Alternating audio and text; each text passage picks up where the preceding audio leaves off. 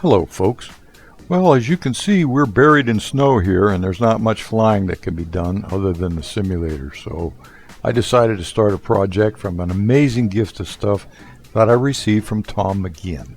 When all this stuff arrived a couple of months ago, I actually couldn't believe it. Spectrum radios, speed controls, autopilots, and a ton of parts for the Blade 400 and the TRex 500. I mean, I was really overwhelmed when I saw all this stuff. He didn't leave a phone number or an email address to contact him either, as some others of you also have neglected to do. I'd like to thank you all personally, you know. So anyway, this week I began more seriously looking through all this stuff and decided to start to restore the TRex 500. Well, most of it was there with all the parts in the box, so I was able to begin.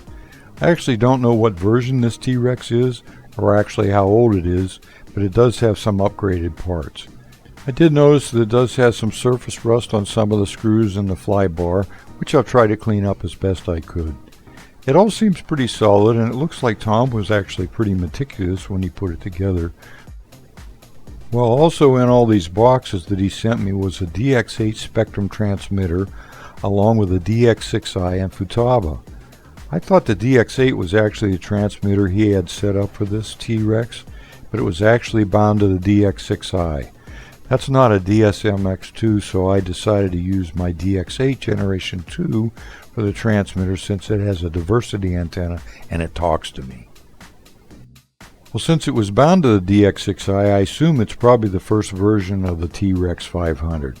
So I bound it up to mine and put in my own parameters for pitch and throttle curves. The receiver is a Spectrum 7000, which also should be fine.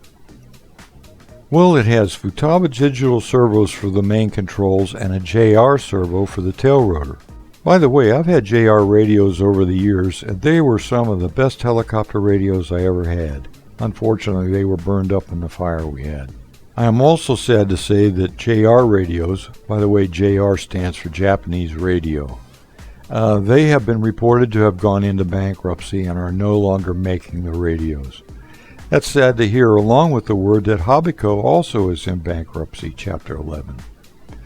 Well, they were one of the biggest suppliers to hobby stores over the years, and I have just purchased a lot of stuff from them. Just recently, the solar film and monocoque landing gears, parts, etc. for my Byron F-16 and my Byron Pitts, among other parts over the years. They're still in business, being in reorganization and looking for a buyer. So if you want to keep them around, you might like to buy something from them. People don't go into hobby stores as much anymore due to internet sales, so the decreased sales then trickle down to Hobbyco and others, I assume. Anyway, I want to thank Tom for sending me all this incredible cache of stuff. He obviously was a good helicopter pilot, as I see no real damage here on this stuff.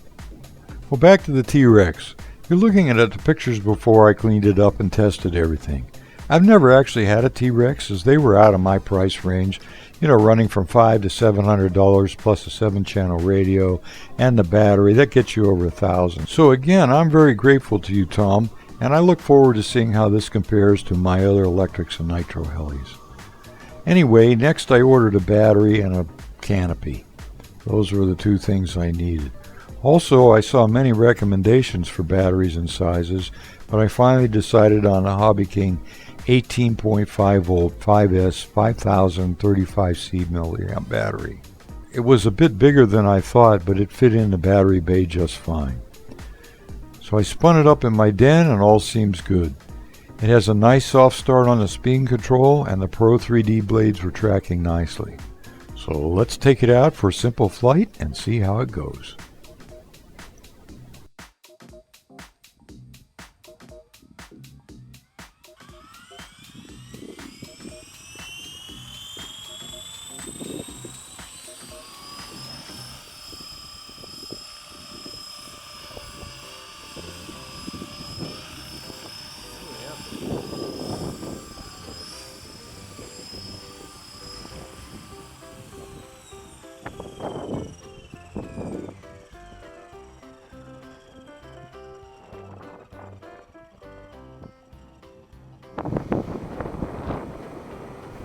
I apologize for the wind noise. I've tried to cover it up some, but if you don't learn to fly in the wind, you won't get to fly here in the upper Midwest.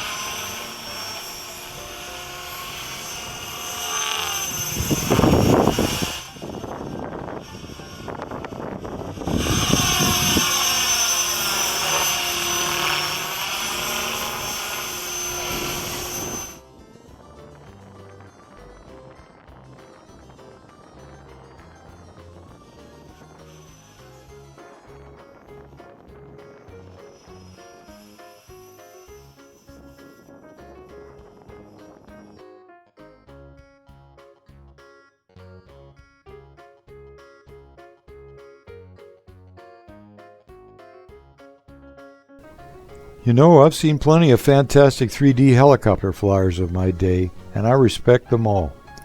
For me, I find it quite challenging though to fly in these 30-mile-an-hour gusting winds, especially with temperatures in the 20s and wind chill at 0 or less. Since I know at my age of 70 that I might not actually make it through the winter, I wanted to thank Tom with this video now while I still can. Well, since I do plan on surviving, I will look forward to doing more aggressive 3D flying with this machine now that I see it works and when the weather is nicer, so please stay tuned. And thanks a lot for watching. This is NightFlyyer. See you next time. Thank you very much, Tom. That's a sweet flying machine.